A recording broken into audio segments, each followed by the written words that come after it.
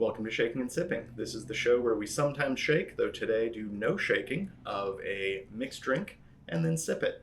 Talk a little bit about its history and how to make it. We are currently working through the list of IBA official cocktails, and this is our second episode, this time looking at the Americano, cocktail I quite like. So first, before we go into a ton of history about it and look at some variants, let's just mix up an IBA standard Americano. It's a very simple drink. We're going to need some kind of rocks glass or double old-fashioned glass, something in that size range. We're going to need an ice cube, something like that. We're going to need Campari, a bitter Amaro, and some sort of a red or Italian or sweet vermouth, a vermouth rosso. I wanted to use something else, but we'll talk about that in a little bit. I'm going to use the classic Antica formula that everyone seems to love right now from Carpano. And we're going to mix equal parts. Similar to last week's, we have 30 milliliters, 3 centiliters, 1 ounce of each of these ingredients. So first we have the vermouth rosso. Then we have the Campari, which is probably my favorite alcoholic beverage in the whole world.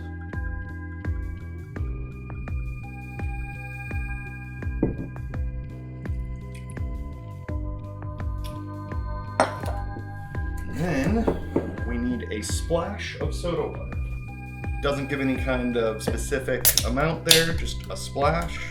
So we are going to go ahead and do about that much. And then we need 2 garnishes, which again, we'll chat a little about this in a minute. I'm not entirely sure that we need both of these, but we need an orange wheel, or half an orange wheel. I'm using a Cara Cara orange, so it's sort of not orange. It's kind of reddish pink. And we need a bit of lemon. It doesn't actually say we need to twist this over it, so I'm not sure. I'm going to, just for fun.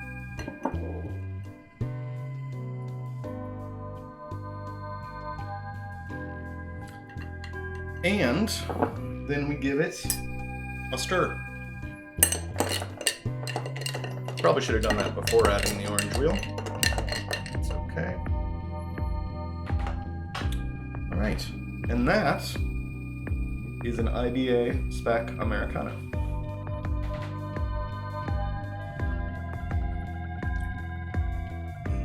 That's really nice. Crisp, a little bit bitter, a little bit sweet. Absolutely a great any time of the day drink, not super high alcohol. Just fantastic.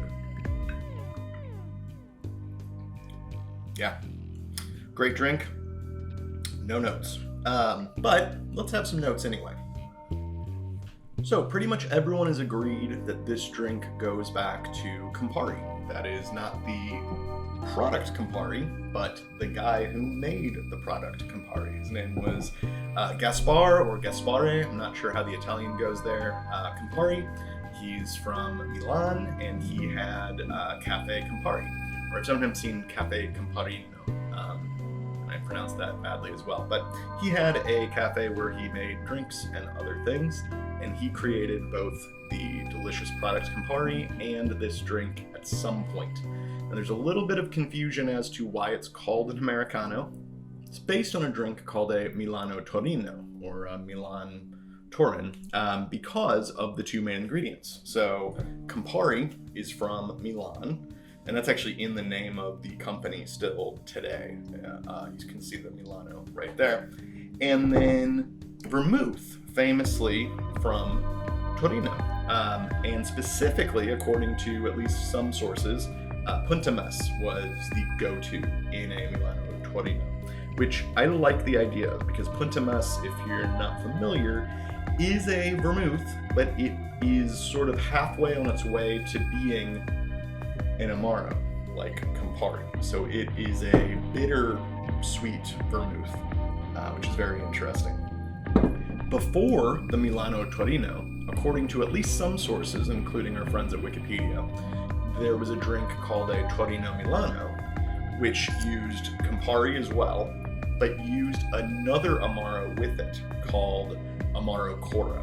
Now, we're not going to try that today because Amaro Cora has been out of production for many years, and I wasn't about to spend over $100 to buy a 50-year-old bottle of some random Amaro. So if you've tried Amaro Cora, I'd love to hear if there's any other Amaro or any other Amari that are close to that in flavor, because I would love to try one. But we are going to make that Milano Torino, which is very similar, but we're going to have two differences. One is no soda water, and the other is we're dropping the lemon garnish.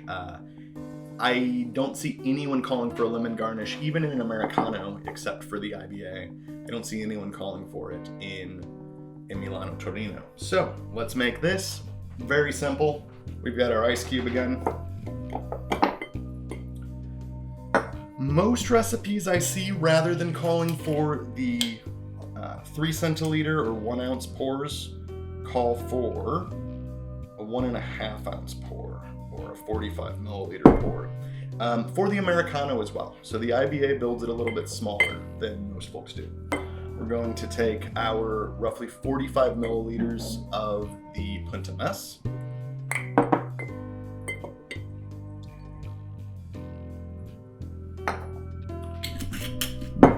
And we're going to take about 45 milliliters of Campari.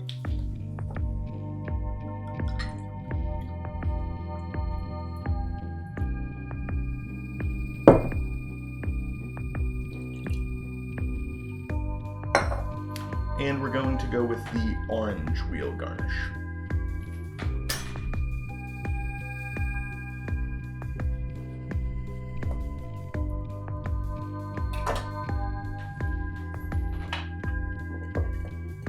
And again, we are going to have to stir after we put in the orange, because I forgot again.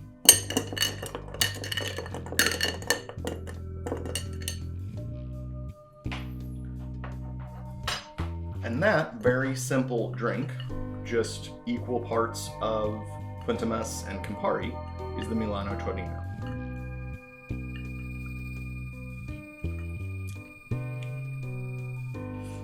That's also great. It is slightly heavier, slightly more syrupy, which is partially the Punta Mess is doing, but it's mostly not having the soda water in there. I do love the flavor of the Punta Mess. You get a little bit more of some of those crazy bitter botanicals just kind of dancing on the back of my tongue. If you don't like Campari, this is not a drink to get you into Campari. And same with Punta Mess. If you don't like Campari, you probably don't like Punta Mess either.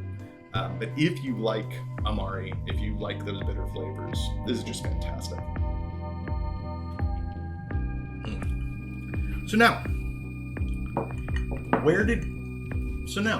how did we get from the Milano Torino to an Americano? The only difference is a splash of soda water. There's two different stories on this. One is the one the IBA tells, which is possible, but very convoluted. There was an Italian boxer who was famous in Italy, but then he went to New York for a title bout at Madison Square Gardens and won. And then when he returned to Italy, they mixed up a batch of Milano Torinos and just happened to add soda water, or maybe people had already started adding soda water, it's unclear, and they decided to, in his honor, call it the American or Americano. The story doesn't really make sense to me because he wasn't American, he was Italian. He just won a match in America and the drink already existed. So maybe that's true, maybe it's slightly more complicated than that. It also makes it sound like that was at the Cafe Campari as well, which certainly might be true, I have no idea. But that's the IBA's story.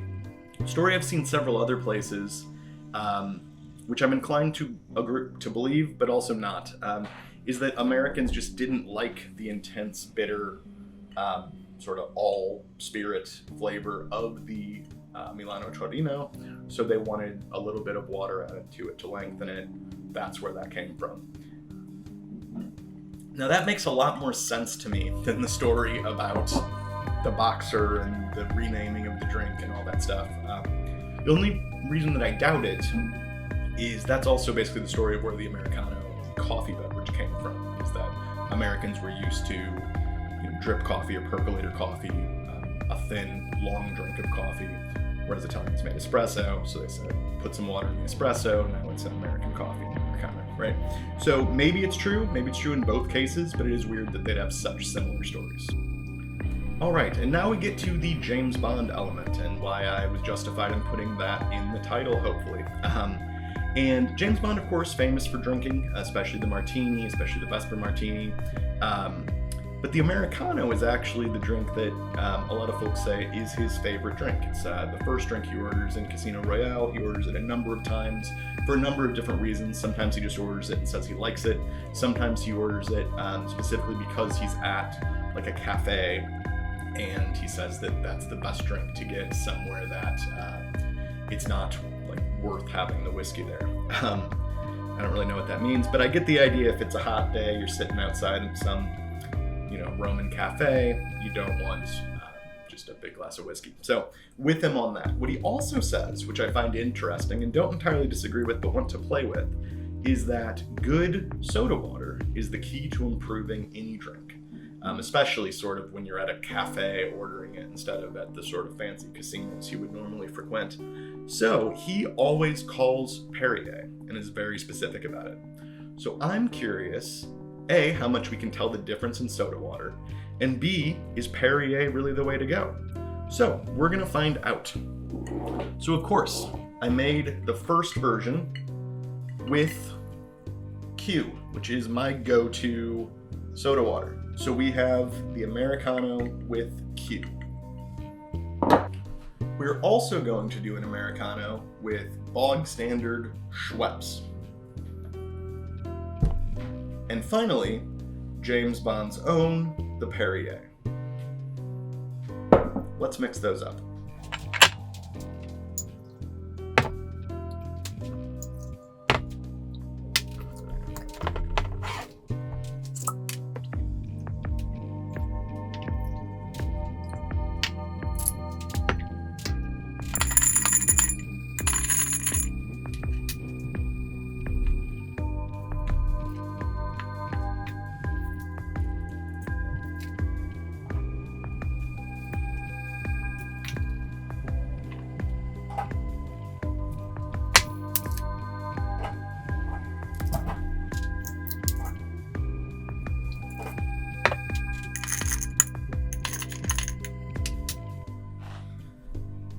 All right, so there's our 3 variants of the Americano, all built to IBA specifications. So these are 1 ounce, 30 milliliter pours, and the splash of soda water, and both the twist of lemon and the orange wheel. So let's start here with the Schweppes.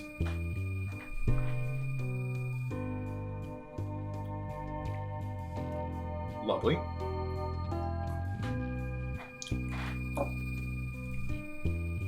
Let's go back to the Q from earlier.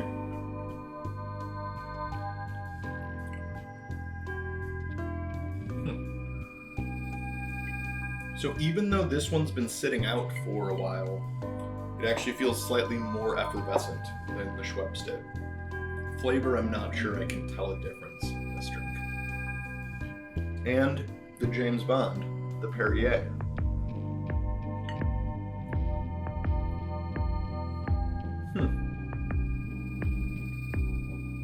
Drink's almost a hair sweeter. Alright, so let's just see if on their own we can discern the difference in the waters. Again, starting with the Schweppes.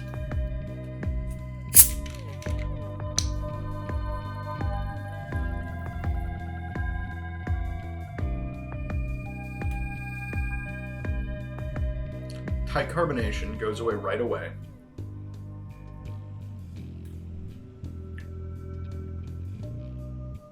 Hint of, I don't know what that is, tartness? sodium bicarb, salt, potassium sulfate. Yeah, it's almost a cross between bitter and tart. But not extremely. Let's try the Q. Now this one's been sitting out a lot longer, so it's probably lost some carbonation.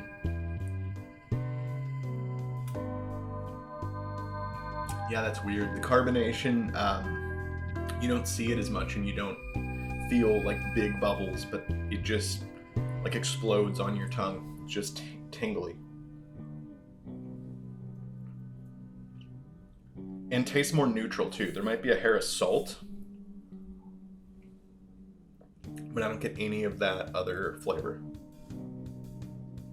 And finally, the Perrier.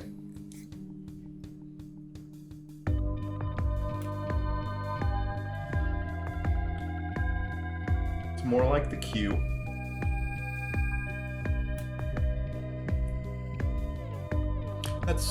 That's lovely. I think if I were just sipping a sparkling water, I would take the Perrier out of this bunch. I think the Q to me makes the most sense in a cocktail. Yeah, there is kind of a minerality to it that's almost sweet. So that, I think, is what I was getting at.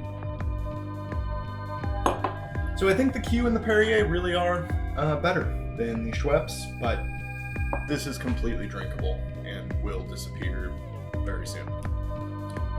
Thanks for watching today as we looked at the Americano, the Milano Torino, and the Torino Milano, and we tried some different soda waters to see what would make James Bond happy.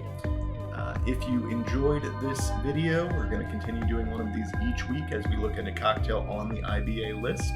There's also a blog linked below where I will have write-ups on all these drinks and photos, as well as each week after I make it, I will go to a good local cocktail bar, order it there with no specifiers, see if they follow the IBA recipe or use some interesting ingredients, etc.